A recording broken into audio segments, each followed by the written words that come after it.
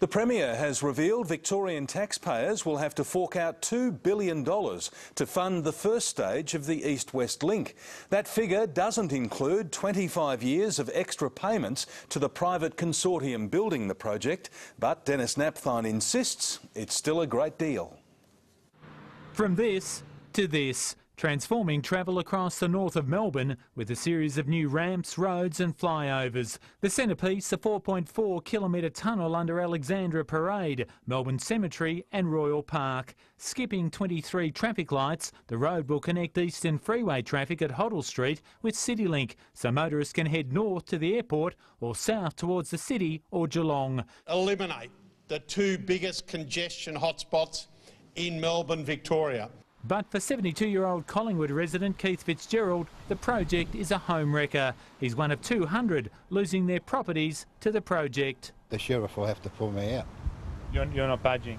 I am definitely not budging. The consortium will borrow $3.3 billion, the Victorian government will contribute $2 billion and the Commonwealth $1.5 billion, for a total of $6.8 billion. The government says the tolls will be similar to CityLink, costing about $6. But the government's keeping major details hidden from the public, including quarterly fees that will be paid to the consortium over 25 years, and its compensation if the contract is terminated by Labor. Despite facing a huge compensation bill, the Labor Party says if it wins government, it will rip up the contract and it won't build the East-West Link. The contracts are not worth the paper they're written on.